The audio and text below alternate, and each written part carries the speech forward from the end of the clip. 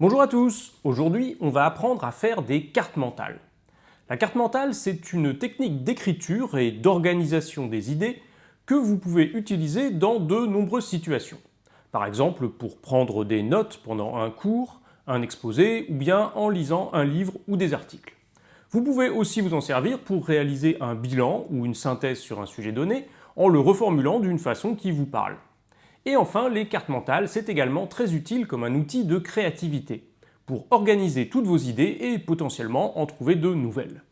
La carte mentale, c'est une méthode dont j'avais parlé dans ma vidéo sur l'apprentissage et que, personnellement, j'utilise tous les jours depuis des années. Le problème, c'est que cette technique n'est pas toujours si simple que ça à appréhender au début. Et en plus, j'ai l'impression qu'elle n'est pas forcément toujours bien expliquée. Mon but aujourd'hui, ça va donc être de vous présenter cette méthode et de vous aider à débuter correctement avec si vous en avez l'envie. Alors petite alerte pour les habitués de cette chaîne, je sors un peu de ma ligne habituelle avec cette vidéo. Je ne vais pas parler de résultats scientifiques ou d'articles de recherche, juste vous partager des ressentis un peu plus personnels. Donc prenez ça avec un peu de recul.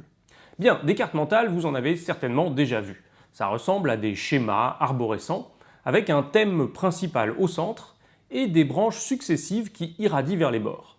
On y voit souvent pas mal de couleurs et des petits dessins un peu partout.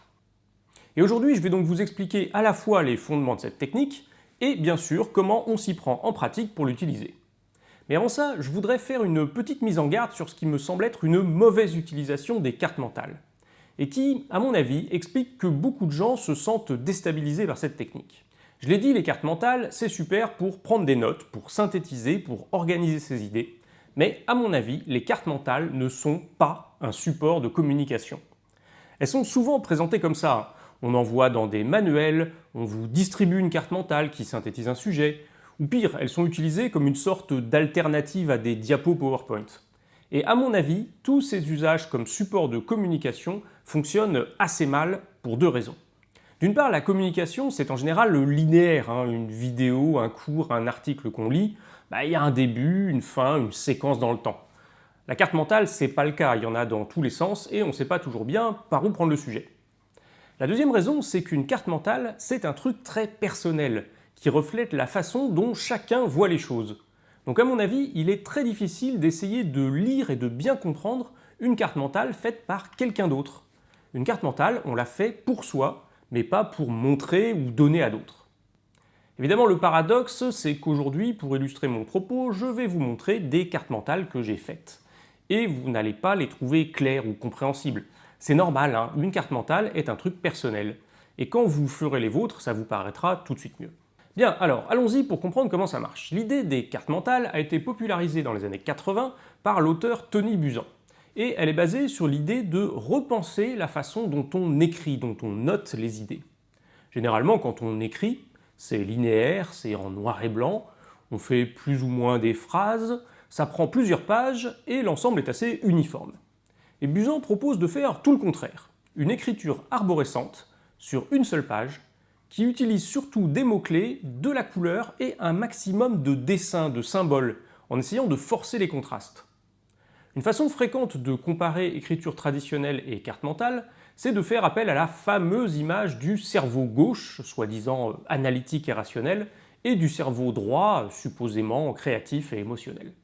Alors je ne suis pas fan d'abuser de cette métaphore des cerveaux droit et gauche, mais il faut reconnaître que l'idée des cartes mentales par rapport à l'écriture traditionnelle, ça reste effectivement d'aller taper un peu plus dans la créativité, dans le fun et dans les émotions.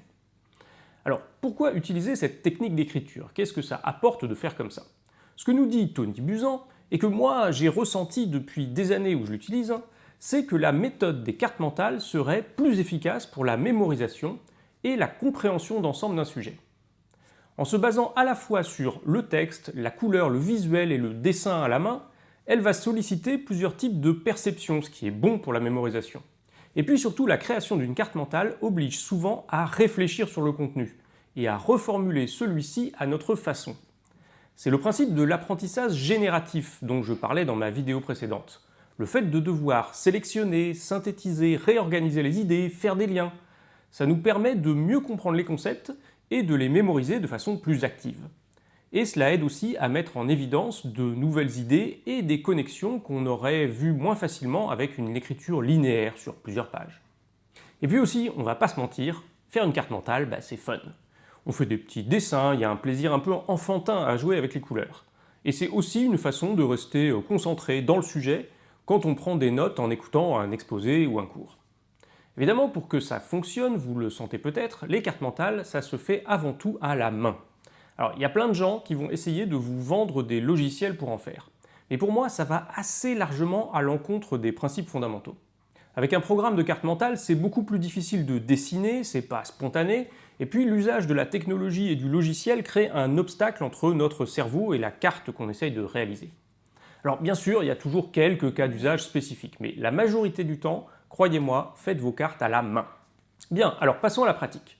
Pour faire une carte mentale, il va vous falloir une feuille blanche, pas de lignes ou de carreaux, au moins au format A4, et même parfois A3 si vous avez un gros sujet et que vous avez de la place. Et on va prendre cette feuille en format paysage. Oui, c'est normal, nos yeux sont alignés horizontalement, c'est le format naturel pour embrasser un sujet d'ensemble. Ensuite, il va vous falloir un stylo, bien sûr, et des feutres ou des crayons de couleur. Alors, quelques couleurs peuvent suffire, mais moi, j'aime bien en avoir plein, ça ajoute au plaisir de faire la carte. On commence évidemment avec le thème principal au centre. Vous pouvez l'écrire en assez gros, mais essayez tout de suite de l'agrémenter avec un petit dessin, quelques couleurs pour planter le décor. Si vous n'avez pas d'idée, faites n'importe quoi, en fait, c'est pas très grave. Ensuite, vous allez faire partir des branches du centre pour refléter les thèmes principaux, généralement dans le sens des aiguilles d'une montre, mais bon, il n'y a pas de règle fixe. Vous pouvez faire des branches un peu organiques, comme un arbre. Si vous réalisez une carte à la main à partir d'un support écrit, un cours, un article, un livre que vous lisez, vous pouvez créer des branches qui reflètent les différentes parties du plan existant. Mais si vous synthétisez un sujet à tête reposée, vous pouvez aussi essayer de créer une structure qui vous parle mieux, que vous trouvez plus logique, plus facile à retenir. Ensuite, vous allez subdiviser les branches en sous-branches en utilisant des mots-clés. Ça peut être des groupes de mots, mais on évite en général de faire des phrases. Écrivez en capital sur les plus grosses branches et essayez d'être synthétique. Ensuite, dès qu'on peut, en plus des mots-clés, on va compléter avec des petits symboles, des petits dessins et puis de la couleur pour ajouter des éléments visuels. Le but n'est pas de faire de l'art, l'important c'est de vous créer vos symboles, vos propres codes couleurs qui vous faciliteront la vue d'ensemble, la mémorisation et les liens entre les différentes parties. Au fur et à mesure que la carte progresse, variez les couleurs, les formes, créez des contrastes et surtout essayez de faire des connexions entre des éléments distants. C'est une des forces des cartes mentales de bien faire apparaître des liens entre les différentes parties grâce à la structure en arbre, donc profitez-en au maximum. Si vous ne savez pas trop comment remplir une branche, créez des sous-branches vides. Posez-vous les questions usuelles, qui, où, quand, comment, pourquoi. Et l'important au début, n'ayez pas peur d'y aller franco. N'allez pas vous tromper. Si vous avez peur de mal gérer l'espace sur la feuille ou si ça semble complètement bordélique, en fait, c'est pas grave. Et souvenez-vous, c'est pas de l'art. L'esthétique n'a pas d'importance. Il n'y a pas besoin de savoir dessiner, moi je dessine hyper mal. Peut-être que de temps en temps, vous verrez des cartes mentales faites par d'autres que vous trouverez belles ou impressionnantes. Mais on s'en fout, c'est vraiment pas le but. L'important dans une carte mentale, c'est même pas forcément le résultat final. C'est le processus qui vous y a amené. Toutes les connexions et réflexions que vous avez pu avoir. Ne soyez pas dans le jugement en vous demandant si votre carte est bien, si elle est correcte ou belle.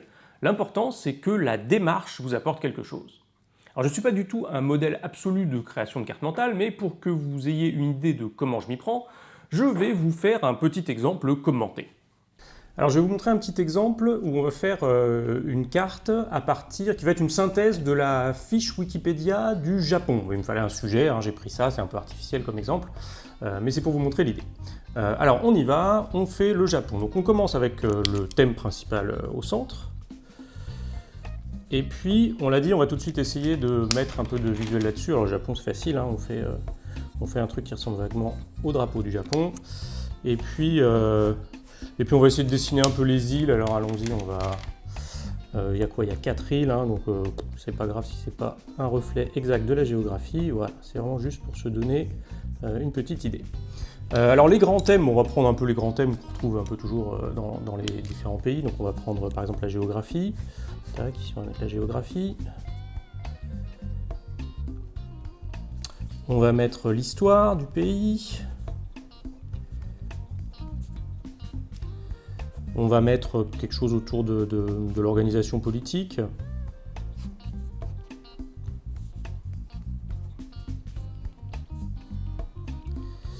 Peut-être quelque chose sur la démographie, la population. Et puis l'économie, évidemment.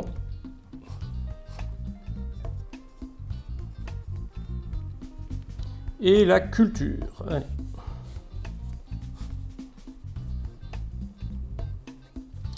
Alors, on va essayer d'illustrer un petit peu tout ça. L'économie, c'est facile, on peut faire des petits billets verts, là, comme ça. Hop. La population, on peut faire des petits bonhommes. Voilà, bon, la géographie, ça va parler d'elle-même. L'histoire, allez, on peut faire une petite flèche, un peu comme une frise. Voilà. On va mettre des couleurs, allez, hop. On va faire la géographie, on va dire c'est plutôt bleu. L'économie, c'est vert, allez, hop. Et puis voilà, on va trouver d'autres couleurs pour le reste. La politique, c'est gris, allez. La population. Et puis la culture, allez, qu'est-ce qu'on peut utiliser? L'orange. Ok, alors allons-y, la géographie. Qu'est-ce qu'on a? Déjà, on a le fait que on a des îles au Japon. Alors en fait, il y en a plein, hein. Apparemment, il y en aurait plus de 10 000 d'après la page Wikipédia. On peut mettre plus de 10 000, mais évidemment, vous savez qu'il y en a, souvent on cite les 4 principales. Alors on va mettre les principales. Alors, il faudrait que je note les noms. J'espère que je vais pas me planter. C'est quoi? Hokkaido, Honshu, Shikoku et Kyushu.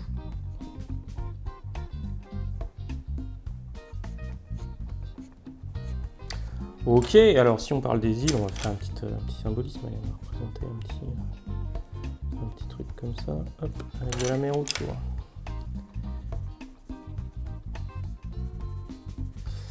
Ok. Ensuite, allez, un élément important, c'est évidemment dans la géographie, du Japon, c'est le relief.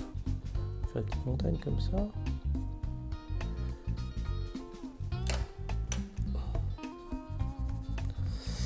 Qu'est-ce qu'on peut dire sur le relief? On a à la fois des montagnes et puis il y a aussi un truc, c'est que il y a une activité volcanique.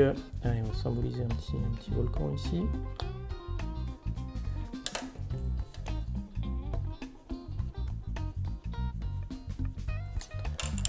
Voilà, on va parler un peu du climat. Alors le climat, un petit nuage et puis un petit thermomètre.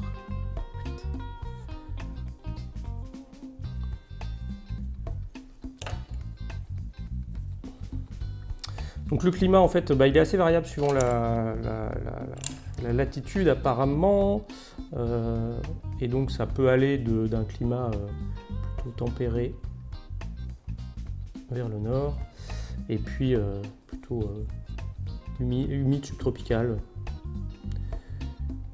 Allez, on va faire une petite goutte d'eau pour symboliser l'humidité. Hop là. Et puis il y a un élément qui est assez important, c'est la présence des typhons en fait. Voilà, on va parler un peu des villes. Alors les villes, facile, on va faire une petite représentation avec des gratte-ciel. Les villes. Qu'est-ce qu'on peut dire? Il y a un peu toute l'histoire de la mégalopole là. Et puis Tokyo. Alors je sais pas, j'ai lu Tokyo, 14 millions d'habitants. Allez, on va mettre une petite couleur là-dessus. Tokyo, 14 millions d'habitants. Ok. Voilà, un autre point aussi qu'on voit un peu mentionné, peut-être c'est relié aux villes, c'est c'est tout ce qui est les infrastructures. Par exemple, il y a comment ça s'appelle le Shinkansen.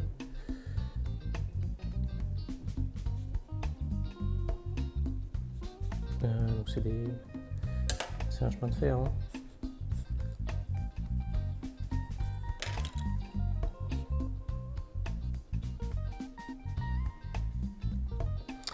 Ok, alors on va passer à l'histoire. Alors l'histoire, on va pas forcément tout détailler, mais bon, il y a quelque chose qui, en gros, correspondrait à peu près à l'équivalent un peu occidental de l'Antiquité. Il y a la période de la féodalité. Alors qu'est-ce qu'il y a comme date? En gros, la féodalité, 12e au 16e. Alors, qu'est-ce qu'on va faire? On va peut-être prendre une autre couleur. Allez, pour les dates, on va faire toutes les dates en orange. 12e au 16e. Ensuite, on a cette période qu'on appelle l'ère, c'est ça, l'ère Edo. Edo, on est plutôt sur du 16e au 19e.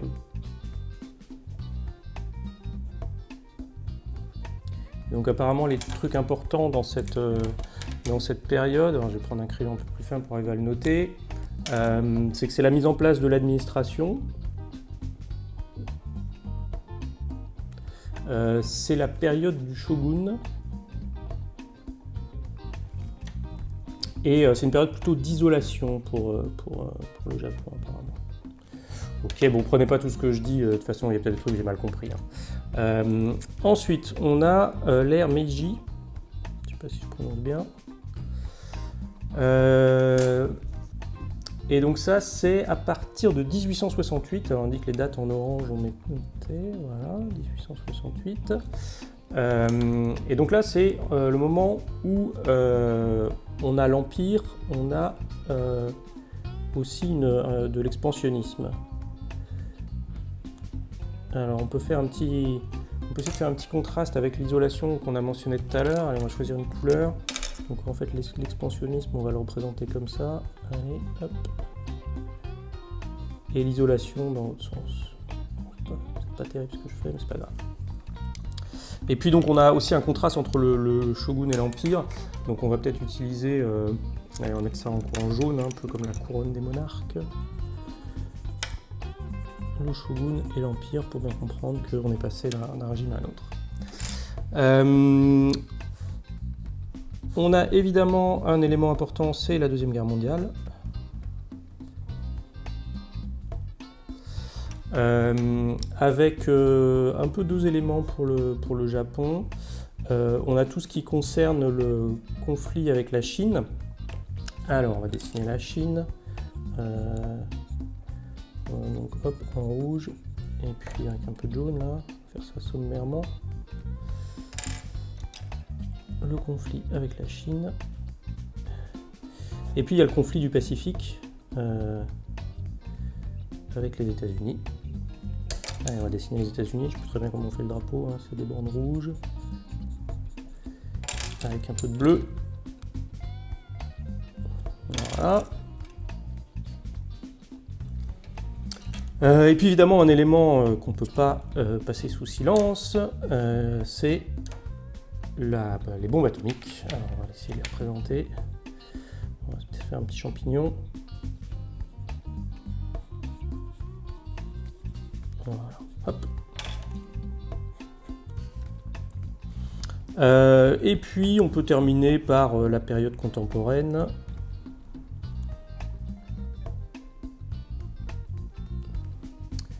Et là, en fait, c'est à la fois une période au début de tutelle américaine, hein.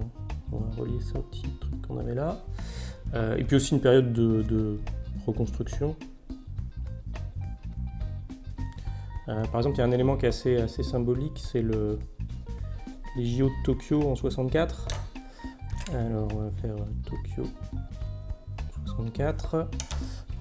Alors là, les cercles olympiques, ça va être totalement au pif.